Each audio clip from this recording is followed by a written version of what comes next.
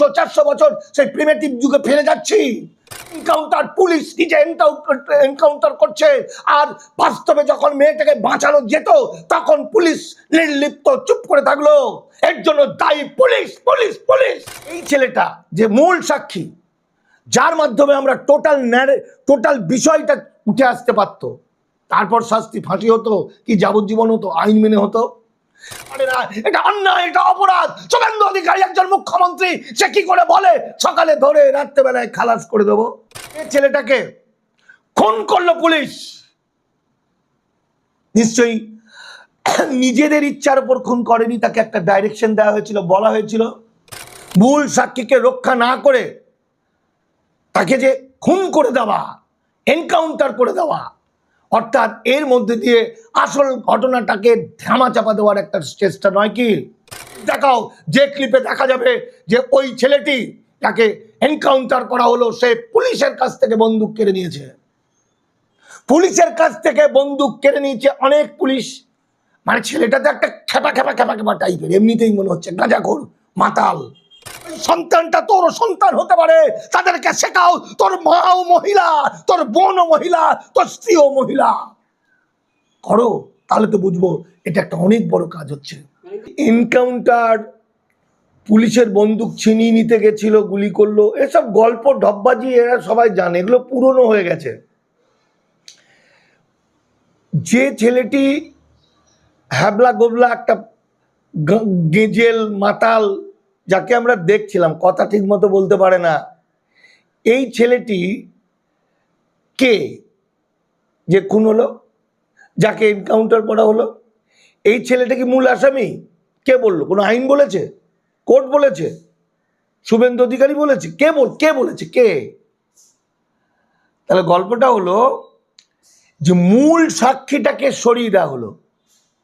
ওই ছেলেটার সাক্ষী, মূল ছেলেটা হলো সাক্ষী। আমাদের কাছে বিষয়টা হচ্ছে যে থানাতে কে নিয়ে গিয়েছিল এবং থানা থেকে কে ছেড়েছিল, তাদেরকে জিজ্ঞাসাবাদ করা হয়েছে। দেখুন, ঘটনাটা যেটা ঘটেছে এর চেয়ে মারাত্মক ভয়ঙ্কর আর কিছু হতে পারে না। এবং কেন এটা হয়েছে, এটা যে শুধু বিজেপির আমলে হয়েছে এটা কিন্তু নয়। আমরা সিপিএমের আমলে দেখেছি, আমরা তৃণমূলের আমলে দেখেছি, আমরা কংগ্রেসের আমলে দেখেছি, আবার বিজেপির আমলেও দেখেছি। কিন্তু একটা এই যে নারীদের উপর অত্যাচার, ধর্ষণ, বিশেষত শিশুদের উপর, এটা হয়েই আসছে।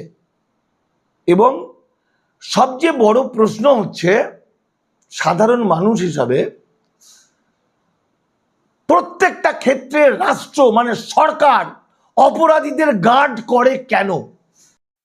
কিন্তু আমি বাধ্য হয়ে আজকে বাংলার মানুষকে এবং দেশবাসীকে জানাতে বাধ্য হচ্ছি, আজকে যে মর্মান্তিক ঘটনা আমাদের ঘটেছে, আমাদের কর্মীদের ওপর, ছোট ছোট ভাই বোনেদের ওপর, ছাত্র, যুব, আইটি, সিনিয়র থেকে জুনিয়র সবাইকে ফেলে যেভাবে পেটানো হয়েছে পুলিশের সামনে, এবং বিজেপির লুম্পেনরা মাননীয় হাইকোর্টের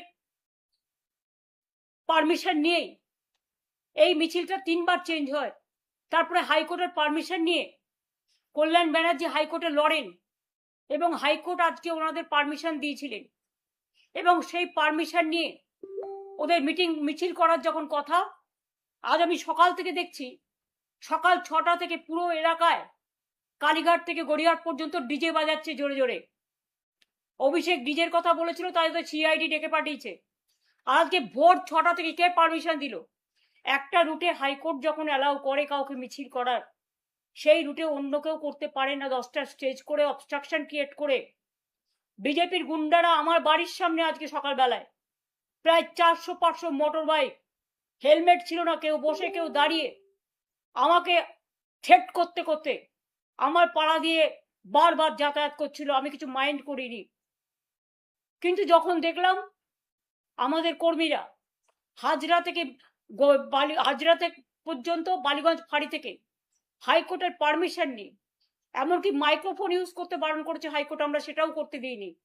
কয়েকটা হ্যান্ড মাইক নিয়ে তারা একটা মিছিল করছিল এবং তারা প্রতিবাদ জানাচ্ছিল বারুইপুর থেকে দুর্গাপুর, মিদনাপুর থেকে শিলিগুড়ি, শিলিগুড়ি থেকে কুচবিহার, বেহালা থেকে সোনারপুর, সব মেয়েদের উপর অত্যাচার, ধর্ষণ এবং সাধারণ মানুষ আজকে আতঙ্কিত। হকার থেকে শুরু করে, দোকানদার থেকে শুরু করে, মিড ডে মিল থেকে শুরু করে, ওয়ার্কাররা থেকে শুরু করে সবাই আজকে আক্রান্ত। তাই প্রতিবাদ করে একটা শান্তিপূর্ণ মিছিল করার পারমিশন হাইকোর্ট আমায় দিয়েছিল। আমি নিজে যেতে পারতাম, কিন্তু আমি যাইনি এই কারণে, কারণ আমি গেলে ভিড়টা অনেক 10 ডবল বেশি হতো। আমরা হাইকোর্টের রুলটাকে অবমাননা করতে চাইনি। তাই আমার কাছে খবর আসছিল সকাল থেকে পুরো এলাকায় বিজেপি লুম্পেন দিয়ে, ভাড়াটিয়া গুন্ডা দিয়ে পুলিশ আগে থেকেই ওদের অ্যারেঞ্জমেন্ট করে রেখে দিয়েছিল। যে পুলিশ ধর্ষণ রুখতে পারে না, নির্যাতন রুখতে পারে না, হত্যা রুখতে পারে না, খুন রুখতে পারে না, সব রাজনৈতিক দলের ওপর যে অত্যাচার চালাচ্ছে, বাংলাটা পুরো ললেসনেস হয়ে গেছে আর শুধু ধমক চমকের রাজনীতি চলছে। পুলিশ আজকে পুলিশি রাজ তৈরি করে, আমি পুলিশের এই তাণ্ডব কখনো দেখিনি। আমিও পুলিশ চালিয়ে এসেছি, প্রশাসন চালিয়ে এসেছি, তাদের প্রতি আমার শ্রদ্ধা অটুট রয়েছে। কিন্তু আপনারা হাইকোর্টের রায়ও মান্য করছেন না। হাইকোর্টের রায় মান্য করে আপনারা তো মিছিলটা শান্তিপূর্ণভাবে করতে দিতেন, কেন মিছিলের মধ্যে বিজেপিকে ঢুকতে অ্যালাউ করলেন? এবং সারা রাস্তা জুড়ে মেয়েদের গোপনীয় পার্টস থেকে শুরু করে সারা শরীরে আপনারা মেরেছেন, লাঠি দিয়ে, রড দিয়ে, ইট দিয়ে, আরো কিছু কিছু জিনিস দিয়ে, যেগুলো বলতে আমার লজ্জা লাগে। আমি फ्रॉम बालीगंज फाड़ी टू कालीघाट जिस तरह प्लान हमला किया, ये कोई डेमोक्रेसी हो नहीं सकता।